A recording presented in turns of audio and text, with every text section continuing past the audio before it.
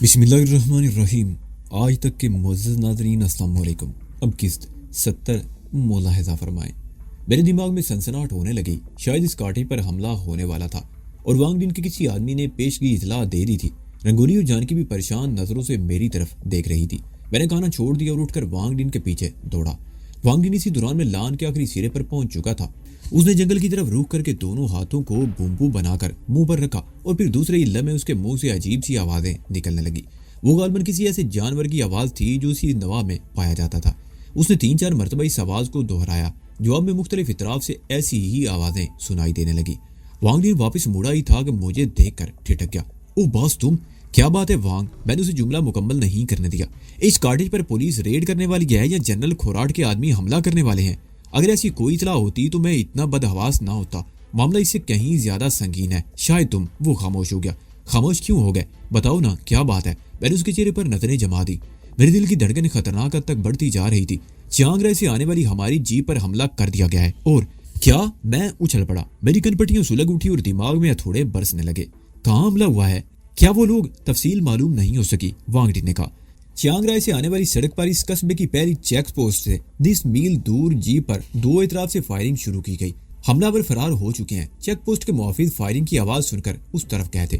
انہوں نے ہماری جیپ پہچان لی، اس لیے مجھے فون کر دیا۔ اس کے علاوہ انہوں نے کوئی تفصیل نہیں بتائی۔ تم جھوٹ بولتے ہو وانگ، میں تقریباً چیخ اٹھا۔ وانگ ڈن کے جواب دینے سے پہلے 5-6 آدمی تاریکی سے نکل کر ہماری طرف آ گئے۔ وہ سب قبائلی تھے۔ ان کے ہاتھوں میں آٹومیٹک رائفلیں تھیں اور ہر ایک کے سینے پر دونوں طرف سے کراس کرتے ہوئے گولیوں سے بھرے ہوئے بیلٹ تھے۔ وانگ ڈن نے تیز لہجے میں ان سے کچھ کہا اور دوڑتے ہوئے کاٹے کے اطراف میں پھیل گئے۔ وانگ ڈن بھی تیز قدم اٹھاتا ہوا برآمدے کی طرف بڑھا۔ میں بھی اس کے ساتھ ہی تھا۔ بھاگ دوڑ کی آوازیں سن کر رنگولی اور جانکی بھی کھانا چھوڑ کر برآمدے میں آ گئی۔ ان کے قریبی لوما بھی رائفل لیے کھڑا تھا۔ وانگ ڈن اس کے ہاتھ سے رائفل لیے اور جیپ کی طرف بڑھا۔ میں بھی تمہارے ساتھ چلوں گا وانگ، میں نے اس کے ساتھ چلتے ہوئے کہا۔ تمہارا وہاں جانا ٹھیک نہیں باس، وانگ ڈن نے کہا۔ وہاں پولیس پہنچ چکی ہوگی۔ اگرچہ یہاں کا کوئی پولیس والا تمہیں پہچانتا نہیں، لیکن تمہیں میرے ساتھ دیکھ کر وہ ٹھٹک جائیں گے۔ جو کچھ بھی ہوگا دیکھا جائے گا، میں نے کہا۔ وہ لوگ نہ جانے کس حال میں ہوں گے اور میں یہاں ہاتھ پر ہاتھ دھرے نہیں بیٹھ سکتا۔ وانگ ڈن نے میری طرف دیکھا، پھر رائفل میرے ہاتھ میں تھما دی اور چیخ کر لوما سے کچھ کہا۔ لوما کاٹی کی طرف دوڑ گیا۔ رنگولی اور جانکی دوڑتی ہوئی ہمارے قریب آ گئی۔ انہیں کسی گڑبڑ کا اندازہ لگانے میں دشواری پیش نہیں آئی تھی۔ ان دونوں نے مجھ پر سوالات کی بوچھاڑ کر دی۔ ہائی وے پر جھڑپ کی اطلاع ملی ہے، ہم وہیں جا رہے ہیں۔ تم لوگوں کو پریشان ہونے کی ضرورت نہیں، میں یہ کہتے ہوئے جیپ کی طرف بڑھ گیا۔ لوما دوسری طرف رائفل لے آیا۔ وانگ ڈن نے رائفل سنبھالی اور جیپ کے اسٹیئرنگ کے سامنے بیٹھ کر انجن سٹارٹ کر دیا، اور پھر اس نے جیپ اس تیزی سے گھمائی کہ ٹائروں کے نیچے سلپ ہونے والی بجری مشین گن سے نکلی ہوئی گولیوں کی طرح چاروں طرف اڑنے لگی۔ وانگ ڈن خطرناک حد تک تیز رفتاری سے جیپ چلا رہا تھا۔ مین روڈ پر پہنچ کر اس نے رفتار اور بھی بڑھا دی۔ سڑکوں پر اس وقت ٹریفک تھا، کئی مرتبہ حادثہ ہوتے بچا، لیکن اس نے رفتار کم نہیں کی۔ قصبے سے نکل کر چیانگ رائے کی طرف جانے والی ہائی وے پر پہنچ کر مجھے یوں لگا جیسے وہ جیپ کو ہوا میں اڑانے کی کوشش کر رہا ہو۔ چیک پوسٹ پر اسے جیپ روکنی پڑی۔ چیک پوسٹ کے محافظ اسے اچھی طرح جانتے پہچانتے تھے۔ اس وقت وہاں صرف 2 گن مین تھے۔ وانگ ڈن ان سے تیز لہجے میں بات کرنے لگا۔ ان میں سے ایک نے جلدی سے آگے بڑھ کر بیریئر اٹھا دیا اور وانگ ڈن کی جیپ ایک زوردار جھٹکے سے آگے بڑھ گئی۔ جائے واردات تک پہنچنے میں 3 منٹ سے زیادہ نہیں لگے تھے۔ وانگ ڈن نے اس زور سے بریک لگائے کہ فضا ٹائروں کی چڑچڑاہٹ کی آواز سے گونج اٹھی۔ وہ ایک بند جیپ تھی جو سڑک سے ہٹ کر آڑی ترچھی کھڑی تھی۔ چیک پوسٹ کے 2 محافظ رائفلیں لیے جیپ کے قریب کھڑے تھے۔ میں اور وانگ ڈن اپنی جیپ سے اتر کر اس جیپ کی طرف دوڑے۔ وانگ ڈن نے اپنی جیپ کی ہیڈ لائٹس جلتی چھوڑ دی تھی اور اس کی روشنی میں دوسری جیپ کو دیکھ کر میں کانپ اٹھا۔ جیپ چاروں طرف سے چھلنی ہو چکی تھی۔ تمام شیشے ٹوٹے ہوئے تھے۔ جیپ کا ڈرائیور اپنی سیٹ پر اس طرح گرا ہوا تھا کہ اس کی ٹانگیں اندر تھی اور سر باہر کی طرف لٹکا ہوا تھا۔ چہرے اور سینے پر کئی گولیاں لگی تھی۔ خون آلود چہرہ بہت بھیانک ہو رہا تھا۔ ساتھ والی سیٹ پر گن مین تھا۔ اس کا جسم بھی چھلنی تھا جو آگے کو جھکا ہوا تھا اور اس کا سر ڈیش بورڈ سے ٹکا ہوا تھا۔ رائفل اس کے پیروں کے قریب پڑی تھی۔ پیچھے کا دروازہ کھولتے ہی مجھے سینے میں دل ڈوبتا ہوا محسوس ہونے لگا۔ شریانوں میں خون جیسے اچھلنے لگا۔ میں نے بہت لاشیں دیکھی تھی۔ کئی لوگوں کو اپنے ہاتھوں سے موت کے کاٹ اتارا تھا۔ انہیں اپنے سامنے تڑپتے اور دم توڑتے ہوئے دیکھا تھا، مگر ایسا روح فرسا منظر آج تک میری نظروں سے نہیں گزرا تھا۔ میرے رونگٹے کھڑے ہو گئے۔ جیپ کے پچھلے حصے میں 4 لاشیں نیچے اوپر پڑی ہوئی تھی۔ 2 گن مین تھے۔ ایک کا چھلنی جسم آدھا سیٹ پر تھا اور آدھا نیچے اس کے نیچے دوسرا گن مین دبا ہوا تھا، اور اس کے نیچے پرساد تھا جس کی ایک ٹانگ نیچے تھی اور دوسرا پیر سیٹ پر ٹکا ہوا تھا، اور سب سے نیچے تھائی تھی جس کی صرف ٹانگیں نظر آ رہی تھی۔ دونوں گن مینوں کے جسم چھلنی تھے۔ پرساد کے جسم میں بھی کئی سوراخ نظر آ رہے تھے۔ थाई उन सब के नीचे दबी हुई थी और ये अंदाजा लगाना मुश्किल था कि उसे कितनी गोलियां लगी थी। मैंने वांग डिन की तरफ देखा, उसकी आंखों में भी खून उतरा हुआ था। वो अपने करीब खड़े हुए मुहाफिज से कुछ पूछ रहा था। वो थाई जुबान में बातें कर रहे थे, इसलिए मैं समझ नहीं सका। फायर की आवाज सुनते ही हम 3 आदमी इस जीप की तरफ आ गए थे, मुहाफिज कह रहा था। यहाँ ये सूरत देखी तो एक मुहाफिज को वापस भेज दिया ताकि हेडक्वार्टर को इतला दी जा सके। हम दोनों यहीं रुक गए। मेरा ख्याल है कि हमलावर यहाँ सड़क के दोनों तरफ गात लगाए बैठे थे। ये जीप जैसे यहाँ पहुंची, दोनों तरफ से बैक वक्त फायरिंग शुरू कर दी। जीप में मौजूद किसी गनमैन को जवाबी कार्रवाई का मौका नहीं मिल सका होगा। मुझे हैरत है कि गोलियां लगने के बाद ड्राइवर ने जीप रोक कैसे ली थी। शायद फायर की आवाज सुनते ही उसने ब्रेक दबा दिया था और उसके बाद उसका जिस्म छीलनी हो गया, वांग डिन ने कहा। हम इतना मिलने पर शहर की दूसरी तरफ से यहाँ आ गए, लेकिन हैरत की बात यह थी कि पुलिस अभी तक नहीं पहुंची थी। हालांकि पुलिस हेडक्वार्टर शहर के तकरीबन वस्त में था। मैं यही बात सोचता हुआ एक बार फिर जीप के पिछले हिस्से की तरफ चला गया और सड़क पर इधर उधर देखने लगा। सड़क काफी कुशादा थी। इसके दोनों तरफ छोटे छोटे टीलों की तरह उठान थी और ये टीले सब्जे से ढके हुए थे। तकरीबन 10 गज पीछे इन टीलों में एक कटाव सा था। मैं इस कटाव तक चला गया। ये गैर हमवार पथरीला रास्ता था जिस पर एक कार या जीप आसानी से चल सकती थी। वांग डिन की जीप की हेडलाइट्स की रोशनी वहां तक पहुंच रही थी और फिर उस कटाव के करीब पड़ी हुई कोई चीज चमकते देखकर मैं चौंक गया। मैंने आगे बढ़कर वो चीज उठा ली। वो AK-57 चीनी राइफल का एक कारतूस था। मैंने इधर उधर देखा, इस जगह गोलियों के लातादाद खोल बिखरे हुए थे। मुझे अंदाजा लगाने में दुश्वारी पेश नहीं आई कि हमला आवरों ने यहीं पर घात लगाकर जीप पर फायरिंग की होगी। जल्दी मुझे सड़क की दूसरी तरफ भी ऐसी ही जगह नजर आ गई।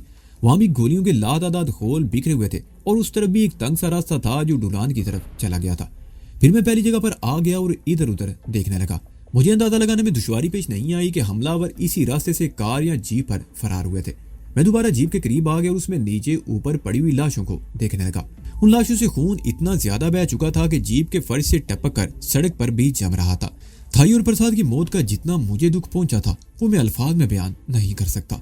थाई मेरी मोहसना थी। मैं वो वक्त नहीं भुला सकता जब बैंकॉक के एक बाजार में मौत के फरिश्तों से बचने के लिए मैं उसकी कार में छुप गया था और वो मुझे अपने घर ले गई थी। मुझे पनाह देकर उसने अपना सब कुछ दांव पर लगा दिया था, बल्कि सब कुछ लुटा दिया था। और वो जिस बेबसी की मौत मरी थी उस पर मेरा दिल रो रहा था। ये सब कुछ सोचते और नीचे ऊपर पड़ी हुई लाशों की तरफ देखते हुए मैं बुरी तरह चौंक गया। मुझे यूं लगा था जैसे थाई के एक पैर में हरकत हुई हो। पहले तो मैं उसे अपना वहम समझा, लेकिन नहीं, ये मेरा वहम नहीं था। थाई के एक पैर में वाकई बहुत आहिस्ता आहिस्ता हरकत हो रही थी। मैंने वांग डिन को आवाज दी और जीप पर चढ़ गया। हम दोनों ने दोनों मुआवजों और प्रसाद की लाशों को उठाकर सीटों पर डाल दिया। थाई फर्श पर पड़ी हुई थी। उसका लिबास और चेहरा खून से तर था। मैंने थाई के सीने पर हाथ रख दिया। उसके दिल की धड़कन महसूस हो रही थी। थाई, थाई, आंखें खोलो। मैं उसका गाल थपथपाते हुए उसे पुकारने लगा। मैंने वांग डिन की मदद से थाई को जीप से निकालकर सड़क के किनारे घास पर लिटा दिया। मैं थाई के जिस्म को टटोल कर देखने लगा। उसका लिबास अगरचे खून से तर था, लेकिन जिस्म पर बज़ाहिर कोई जख्म नजर नहीं आ रहा था। मैंने उसकी टी-शर्ट ऊपर तक उठाकर पेट वगैरह को भी देखा और फिर उसे पलट दिया। उसकी पुश्त पर भी कोई जख्म नजर नहीं आ रहा था। मैंने उसे दोबारा सीधा कर दिया। दोनों मुहाफिज भी इस वक्त हमारे करीब ही खड़े थे। मैंने वांग डिन की तरफ देखते हुए सरगोशी में कहा, थाई जिंदा है, इसे कोई गोली भी नहीं लगी, लेकिन इसका पुलिस के हाथ लगना ठीक नहीं होगा। इसे यहाँ से ले जाने का बंदोबस्त करो। बात वांग डिन की समझ में आ गई। वो उठकर खड़ा हो गया और चीख चीख कर मुआवजों से कुछ कहने लगा। फिर मैंने और वांग डिन ने थाई को उठाकर वांग डिन की जीप के पिछले हिस्से में डाल दिया। थाई के लिबास से अभी खून टपक रहा था। इस जीप की सीटें भी आमने सामने थी। थाई को सीटों के दरमियान फर्श पर लिटा दिया गया। मैं उसके करीब सीट पर बैठ गया। वांग डिन ने इंजन स्टार्ट करते हुए एक बार फिर मुआवजों से चीख चीख कर कुछ कहा और जीप को तेज रफ्तारी से शहर की तरफ दौड़ा दिया। चेक पोस्ट के पास सिर्फ 1 मिनट को जीप रोकना पड़ी। वांग डिन को देखते ही एक मुआफिज ने बैरियर उठा दिया। दूसरा मुआफिज वांग डिन से कुछ पूछ रहा था। वांग डिन ने तेज तेज लहजे में कुछ कहा और जीप आगे बढ़ा दी। पुलिस अभी तक नहीं पहुंची थी, हालांकि उन्हें उसी वक्त इतला दे दी गई थी। मैंने वांग डिन की तरफ देखते हुए कहा, मैं सूरत-ए-हाल की संगीनी का अंदाजा लगा सकता हूँ। वांग डिन ने कहा, तुम्हारी दोस्त को हॉस्पिटल ले चले या कॉटेज? मैंने उसकी बात मुकम्मल होने से पहले रोक दी। थाई जख्मी नहीं, इसे हॉस्पिटल ले जाना मुनासिब नहीं, कॉटेज ही में ले चलो। शहर की सड़कों पर अब ज्यादा ट्रैफिक नहीं था। वांग डिन को तेज रफ्तारी से जीप चलाने में ज्यादा दुश्वारी पेश नहीं आई। कॉटेज पहुंचे तो थाई उस वक्त तक भी होश में नहीं आई थी। जीप रुकते ही रंगोली और जानकी भी अंदर से निकलकर बरामदे में आ गई। मैंने और वांग डिन को थाई को उठाकर जीप से निकाला तो थाई को खून में लथपथ देखकर जानकी और रंगोली के मुंह से चीखें निकल गई। थाई को हॉल में ले जाकर कालीन पर लेटा दिया गया। रंगोली और जानकी के चेहरों पर हवाइयां सी उड़ी हुई थी। क्या हुआ इसे? प्रसाद कहाँ है? जानकी ने चीख कर पूछा। थाई बिल्कुल ठीक है, लेकिन प्रसाद? मैंने जानबूझकर जुमला अधूरा छोड़ दिया। जानकी चीख उठी। वो थाई से लिपटने की कोशिश कर रही थी। मेरे इशारे पर रंगोली उसे पकड़कर एक तरफ ले गई। वांग डिन फोन पर बात कर रहा था और मैं एक बार फिर थाई को लौट पलट कर उसका जायजा ले रहा था। उसे वाकई कोई गोली नहीं लगी थी और ये मेरे लिए हैरत की बात थी। और फिर सारी बात मेरी समझ में आ गई। उस जीप की पिछली सीटें भी आमने सामने थी। पहली गोली चलते ही ड्राइवर ने बदहवास होकर ब्रेक लगाया होगा तो थाई झटका लगने से सीट से नीचे गिर गई होगी और फिर उसे उठने का मौका नहीं मिल सका। इसी दौरान में जीप पर गोलियों की बौछार होगी और प्रसाद और दोनों मुहाफिज चिल्ली होकर थाई के ऊपर गिरे और वो उनके नीचे दब गई और शायद खौफ की वजह से वो बेहोश हो गई। वांग डिन टेलीफोन बंद कर चुका था और अब वो लूमा से बातें कर रहा था। मैं भी उठकर उसके करीब आ गया। मैंने सरदार थालूब को इतला दे दिया है। वो मेरी तरफ देखते हुए बोला, सरदार 3-4 घंटों में यहाँ पहुंच जाएगा। मैं हाईवे पर जा रहा हूँ, तुम थाई को देखो, अगर इसे डॉक्टर की जरूरत हो तो वो ठीक है। मैंने उसकी बात काट दी। वो सिर्फ खौफ और सदमे से बेहोश हुई है। रंगोली और जानकी उसे होश में ले आएगी। मैं तुम्हारे साथ चल रहा हूँ। नहीं बास, वांग डिन ने कहा, पुलिस वहां पहुंच चुकी होगी और अब तुम्हारा वहां जाना ठीक नहीं। मुझे माफ कर देना बास, इस वक्त तुम्हें मेरी बात माननी पड़ेगी। मैं सर झटक कर रह गया। वांग डिन के जाने के बाद मैं दोबारा हाल में आ गया। रंगोली गीले कपड़े से थाई का चेहरा और गर्दन वगैरह साफ कर रही थी। अब उसे होश में लाने की कोशिश करते रहे। तकरीबन 20 मिनट बाद थाई ने कराते हुए आंखें खोल दी। जानकी ने उसे सहारा देकर उठाया और रंगोली ने गिलास उसके होंठों से लगा दिया। थाई ने घूंट भरने के बाद गिलास हटा दिया। उसी वक्त लूमा एक प्याला लेकर आ गया जिसमें एक गहरे रंग का शरबत था। ये शरबत मैडम को पिला दो बास, चंद मिनट में ठीक हो जाएंगी। उसने प्याला मेरे हाथ में थमा दिया। शरबत से संदल जैसी खुशबू उठ रही थी और शायद जायका भी बहुत अच्छा था, इसलिए थाई ने भी पी लिया। लूमा ने बताया कि संदल में कुछ और जड़ी बूटियों के रस की आमेजिश से ये शरबत तैयार किया जाता है जो फरत बख्श होने के साथ साथ नायत ताकतवर भी है। थाई के लिए शरबत के चंद घूंट वाकई अक्सर साबित हुए। चंद मिनट बाद उसके हवास बहाल होने लगे, लेकिन उसकी आंखों में वहशत और चेहरे पर बेपनाह खौफ था। जानकी, मैंने कहा, इसे बाथरूम में ले जाओ और इसे नहलाकर कपड़े तब्दील करा दो। जानकी और रंगोली थाई को सहारा देकर कमरे में ले गई। वो तकरीबन आधे घंटे बाद बाहर आई। थाई की आंखों में भी अब वहशत भरी हुई थी और खौफ तो जैसे चेहरे पर मुंजमद होकर रह गया था। वो खामोश बैठी हमारी शक्लें देखती रही। लूमा ने अकलमंदी का सबूत देते हुए काफी बनाई। हम इस वक्त वाकई काफी की तलब महसूस कर रहे थे। काफी पीने के बाद थाई ने मेरी तरफ देखा। वो कुछ कहना ही चाह रही थी, लेकिन उसके होंठ फड़फड़ा कर रह गए और फिर वो फूट फूट कर रोने लगी। जानकी करीब ही बैठी हुई थी। उसने थाई को अपने साथ लिपटा लिया। वो बड़ा जज्बाती मंजर था। जानकी और रंगोली की आंखों से भी आंसू बह निकले। मैं बड़ी मुश्किल से अपने जज्बात पर काबू पाए हुए था। रो लेने से थाई के दिल का बोझ किसी कदर हल्का हो गया और वो बात करने के काबिल होगी। ये सब कुछ कैसे हुआ थाई? क्या वो लोग शुरू ही से तुम्हारे पीछे लगे हुए थे? मैंने पूछा। नहीं, थाई ने सिसकी लेते हुए जवाब दिया। लेकिन मुझे यकीन है कि उन लोगों को हमारे आने की इतला थी और वो लोग पहले ही से घात लगाए बैठे थे। उन्हें कैसे पता चला कि तुम लोग आ रहे हो? मैंने कहा, मैंने तुम्हें बताया था कि चियांग राय में वांग साई ने हमें देख लिया था। उसके बाद अगर थालूब ने हमें मायकोक रिवर के किनारे एक मकान में मुंतकिल कर दिया था और हमारी हिफाजत का माकूल बंदोबस्त भी कर दिया गया था। लेकिन मुझे यकीन था कि वांग साई या उसके आदमी मकान की निगरानी कर रहे थे। उन्हें वहां से हमारी रवानगी का भी पता चल गया था और उन्होंने यहाँ हमारे बारे में दारा वगैरह को फोन पर इतला दे दी। हम पर फायरिंग से तकरीबन 15 मिनट पहले पीछे से आने वाली एक तेज रफ्तार कार ने हमें ओवरटेक किया। उस कार में ड्राइवर के सिवा और कोई नहीं था। वो ड्राइवर वांग साई था। वो कार खतरनाक हद तक तेज रफ्तारी से आगे निकलकर हमारी निगाहों से ओझल होगी। मैंने मुआवजों को वांग साई के बारे में बता दिया। वो मोहतात तो हो गए, लेकिन उनका ख्याल था कि वो अकेला था और हमारे खिलाफ कार्रवाई करने की हमाकत नहीं करेगा। और फिर जब हम उस जगह पर पहुंचे तो अचानक ही फायरिंग शुरू हो गई। थाई रुक रुक कर बता रही थी। पहली गोली अगले टायर पर लगी। टायर एक धमाके से फट गया। जीप बुरी तरह लहरा गई। ड्राइवर ने पूरी कुव्वत से ब्रेक लगा दिया। जोरदार झटका लगने से मैं सीट पर अपना तवाजुन बरकरार ना रख सकी और सीटों के दरमियान फर्श पर मुआवजों के पैरों में गिर गई। और इससे पहले कि मैं संभल सकती, सड़क के दोनों तरफ से शदीद फायरिंग शुरू हो गई। मेरा ख्याल है कि फायरिंग सबसे पहले मशीन गनों से की जा रही थी। एक तसलसल के साथ दोनों तरफ से जीप पर गोलियां बरसाई जा रही थी। फायरिंग और चीखों की आवाजों के सिवा और कोई आवाज नहीं सुनाई दे रही थी। और फिर शायद प्रसाद चीखता हुआ मेरे ऊपर गिरा था। उसे पता नहीं कितनी गोलियां लगी थी। उसके जिस्म से बहने वाला खून मुझे भी तर करने लगा। मैं उसे अपने ऊपर से हटाना चाहती थी कि दोनों गन मैन भी चीखते हुए मेरे ऊपर ढेर हो गए। मैं उन तीनों के नीचे पूरी तरह दब गई। मैंने अगली सीट पर बैठे हुए गन मैन और ड्राइवर की चीखें भी सुनी थी। फायरिंग तकरीबन 5 मिनट तक होती रही और फिर यकायक खामोशी छा गई। गंभीर सन्नाटा। मुझे यूं लग रहा था जैसे मैं जिंदा किसी कब्र में दफन हो गई हूँ। मेरे ऊपर 3 लाशों का बोझ था और मेरा दम घुट रहा था। मैं गैर इरादी तौर पर अपने ऊपर से वो बोझ हटाने की कोशिश करने लगी, लेकिन फिर अचानक दौड़ते हुए कदमों की आवाजें सुनकर मैंने अपनी ये कोशिश तर्क कर दी और सांस भी रोक लिया।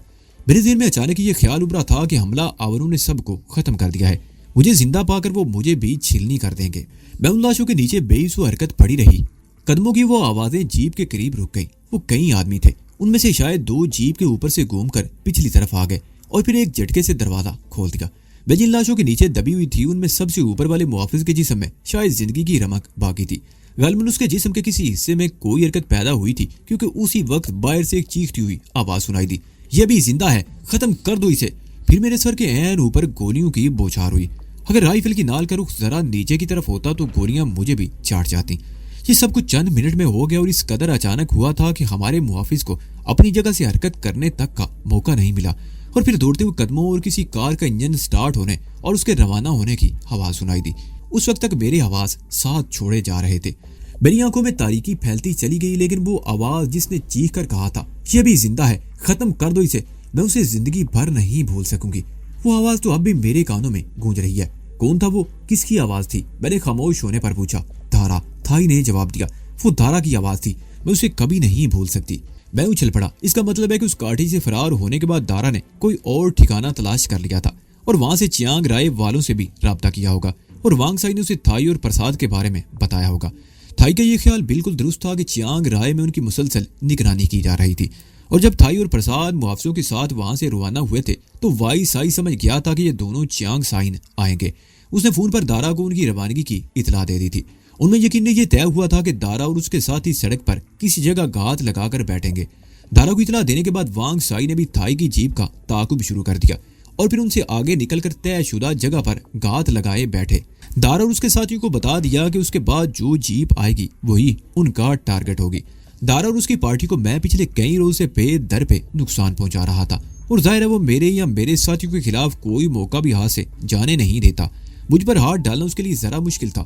آج صبح تو میں اس کے قابو میں آ گیا، لیکن رنگولی کی وجہ سے نہ صرف میں اور جانکی وغیرہ بچ گئے بلکہ دارا وغیرہ کو اپنی جانیں بچا کر بھاگنا پڑا۔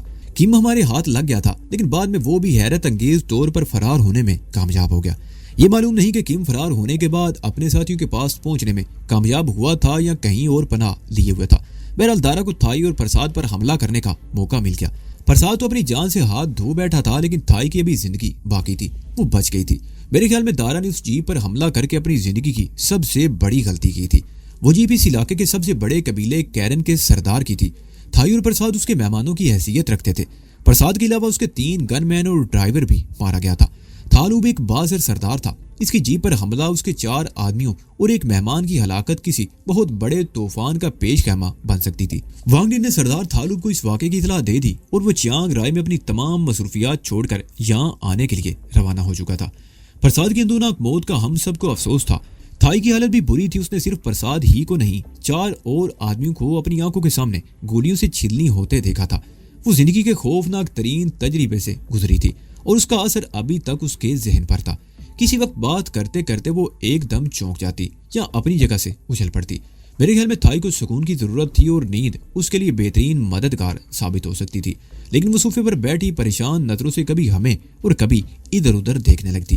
میں نے لوما سے کسی ایسی چیز کے بارے میں دریافت کیا جس سے تھائی کو نیند آ سکے۔ افیون، لوما نے کہا، اسے تھوڑی سی افیون کھلا دی جائے، وہ آرام سے سو جائے گی۔ لوما کے مشورے پر عمل کرنے کے سوا کوئی چارہ نہیں تھا۔ افیون بھی لوما ہی نے فراہم کی۔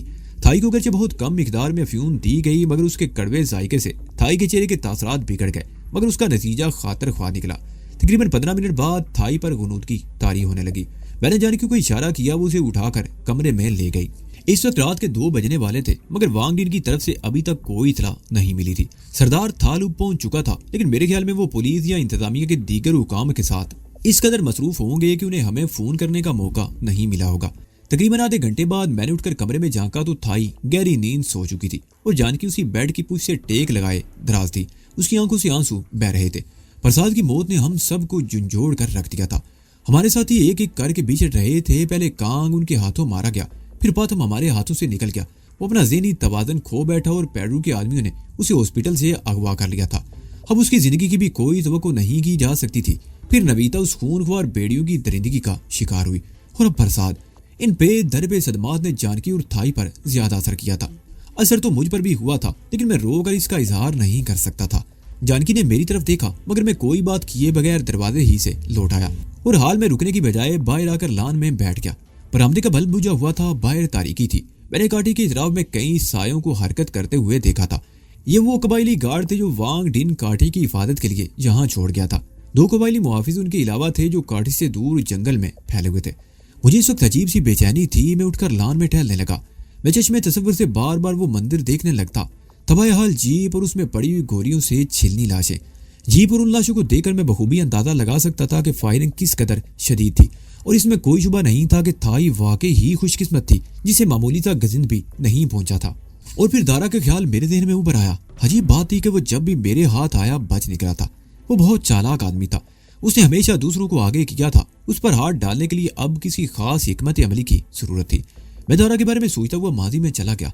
बात मेरे माँ बाप के कत्ल से शुरू हुई थी। उस वक्त मैं बच गया था और दारा जैसे दुश्मन से जान बचाने के लिए छुपता फिर रहा था। महाराज ने मुझे इस काबिल बना दिया कि मैं अपने दुश्मन का मुकाबला कर सकूं। अगरचे मैंने बहुत अरसे से दारा को कहीं टिकने नहीं दिया था। उसके कई बंदे मेरे हाथों मारे गए थे, लेकिन उसे उन आदमियों की मौत का कोई अफसोस नहीं हुआ था, क्योंकि वो उसके अपने आदमी नहीं थे, भाड़े के टट्टू थे। उसकी नजरों में इंसान और कुत्ते का मर जाना एक बराबर था। लेकिन मैं दारा नहीं था।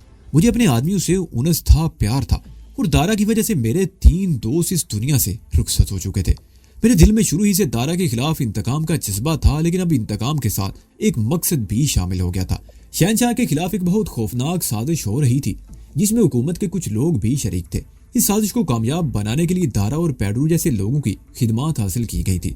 इस इलाके में किसी जगह कोई ऐसी खुफिया मीटिंग होने वाली थी जिसमें थाई हुकूमत के साथ ही अफसरों के अलावा जनरल खोराट की शमूलियत भी मुतवक्को थी।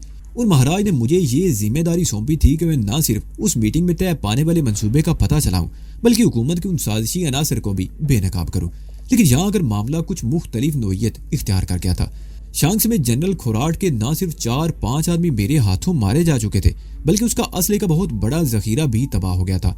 और जनरल खोराट ने एक तरफ थाई हुकूमत को धमकी दी थी, तो दूसरी तरफ मेरी गिरफ्तारी के लिए 5 लाख अमरीकी डॉलर के इनाम का ऐलान भी कर दिया था। वो शायद समझ गया था कि मैं जब तक जिंदा हूं उनका ये मंसूबा कामयाब नहीं हो सकता।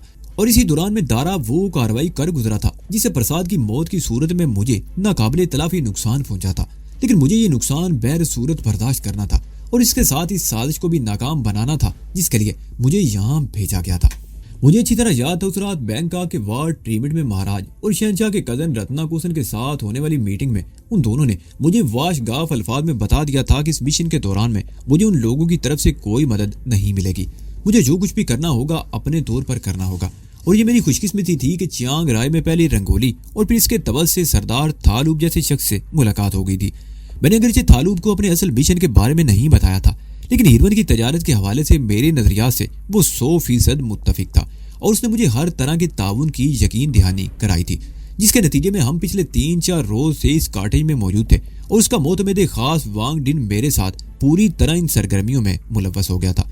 और आज दारा की इस खौफनाक कार्रवाई के बाद तो मुझे यकीन हो गया था कि मैं जब थालूब को अपने असल मिशन के बारे में बताऊंगा तो वो पूरी तरह मेरा साथ देगा। वो एक मुहिब्बे वतन आदमी था और शहनशाह का खैर ख्वाह भी। मैं सुबह 4 बजे तक लान में बैठा रहा, फिर उठकर अंदर आ गया। रंगोली सोफे पर आड़ी तिरछी पड़ी सो रही थी। डाइनिंग टेबल के करीब कुर्सी पर लोमा भी बैठा ऊँग रहा था। मेरी आवाज सुनकर वो उठ गया। दरवाजा बंद कर दो, मैं सोने जा रहा हूँ। मैं लोमा से ये कहता हुआ अपने कमरे की तरफ चल पड़ा, लेकिन दरवाजे ही में ठिठक कर रुक गया।